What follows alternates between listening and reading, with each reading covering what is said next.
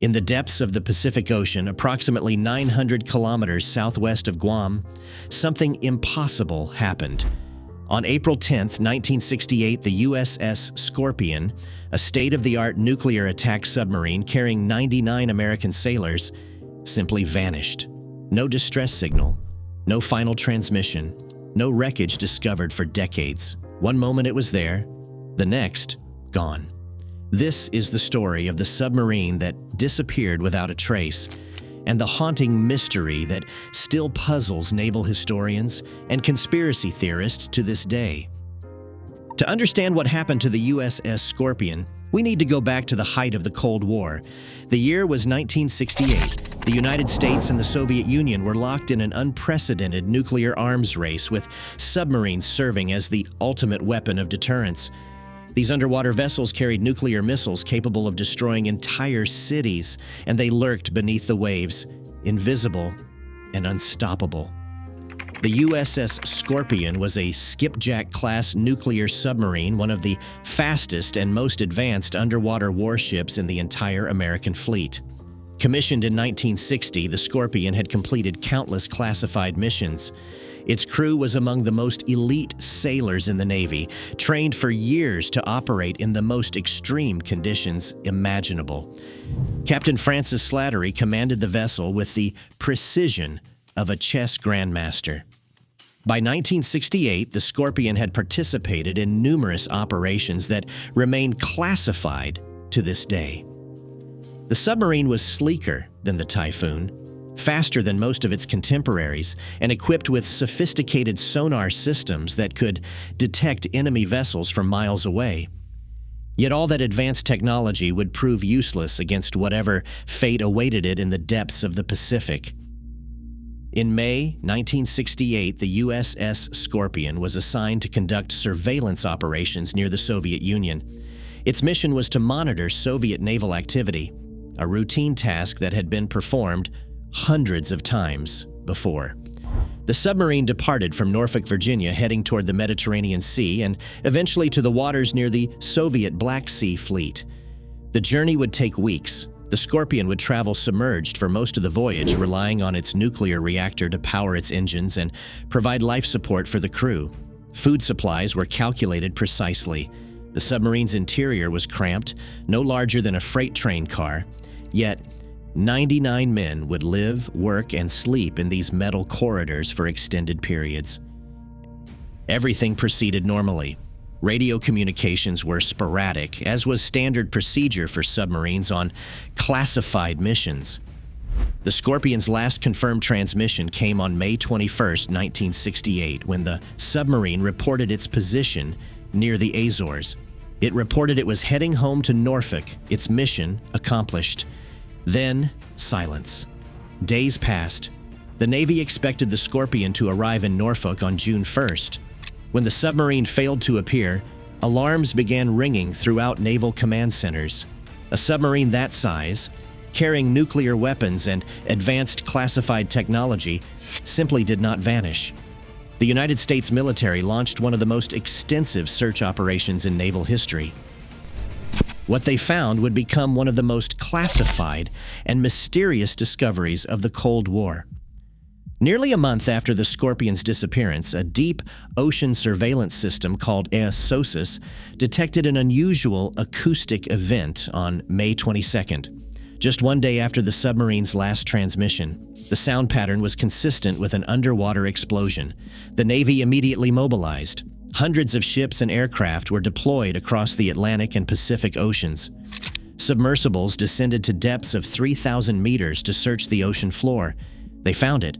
Wreckage scattered across the seafloor, approximately 900 kilometers southwest of Guam. The USS Scorpion lay broken and twisted on the ocean bottom, 600 meters deeper than its maximum rated operating depth. The submarine's hull was crushed, its ballast tanks ruptured, its reactor compartment silent forever. The crew, all 99 men, were lost. It was the worst submarine disaster in American naval history. But here is where the mystery deepens. How did it sink?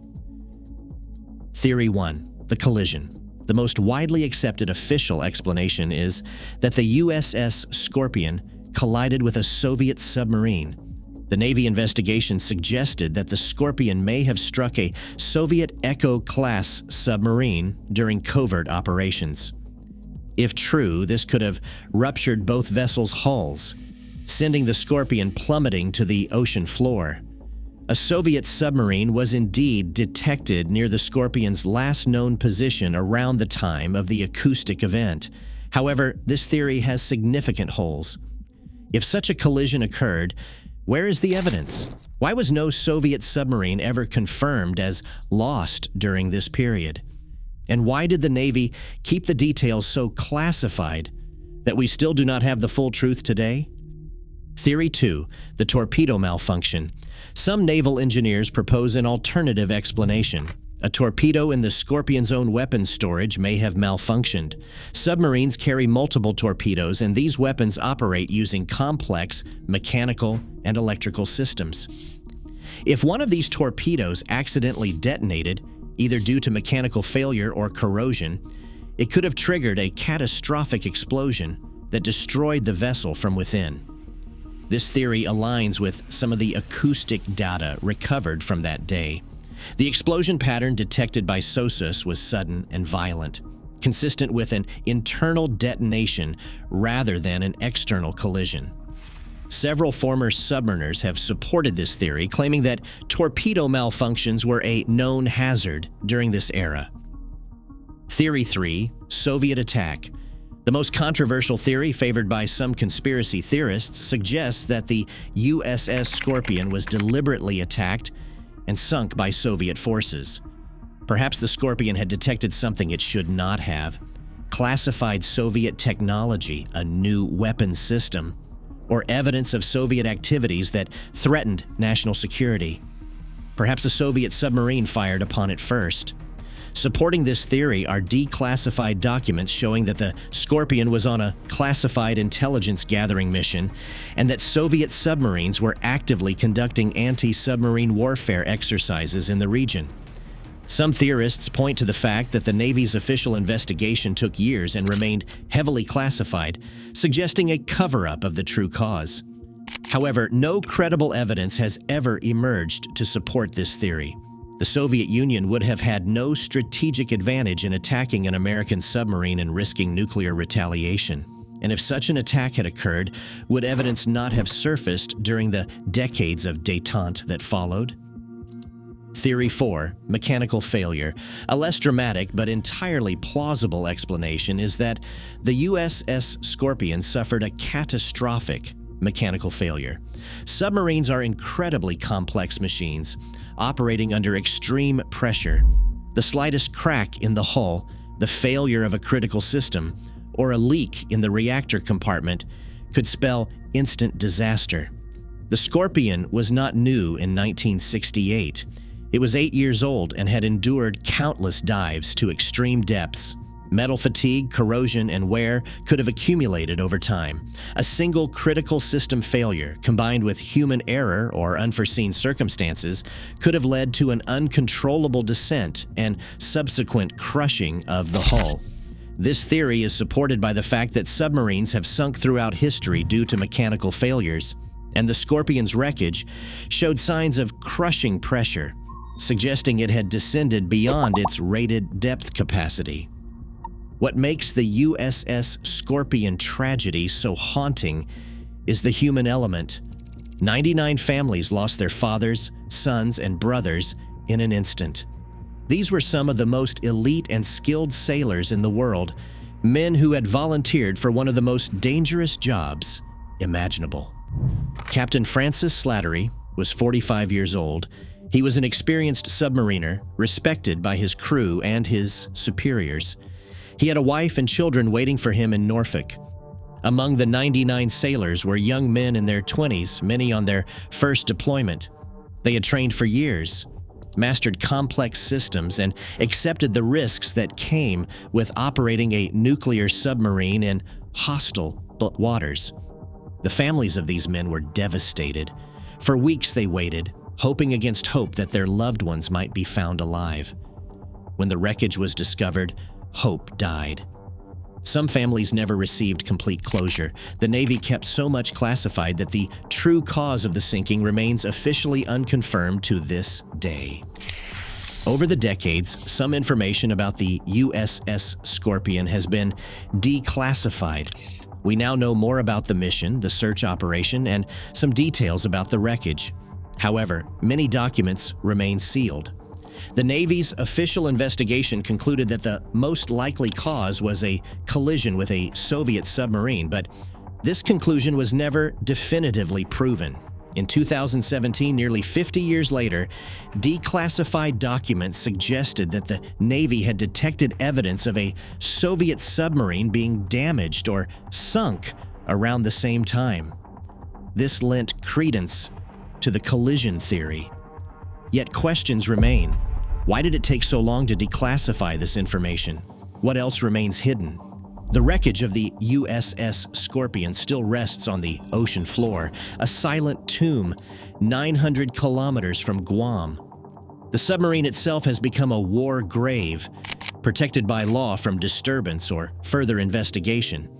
This means that physical evidence that could conclusively prove what happened, will likely remain inaccessible forever.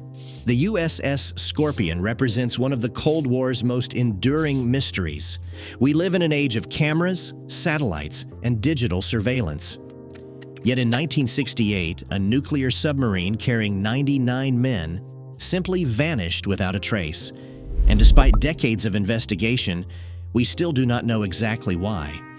What we do know is this: the ocean is merciless. It guards its secrets fiercely. Whether the Scorpion was struck by a Soviet submarine, destroyed by its own malfunctioning weapon, crushed by mechanical failure, or deliberately attacked, the result was the same. 99 families were shattered. One of America's most advanced warships was lost, and a mystery was born. The USS Scorpion reminds us that even in our age of advanced technology, the depths of the ocean remain mysterious and unforgiving. It reminds us that submarines are not invincible. They are fragile metal tubes operating at the edge of human capability.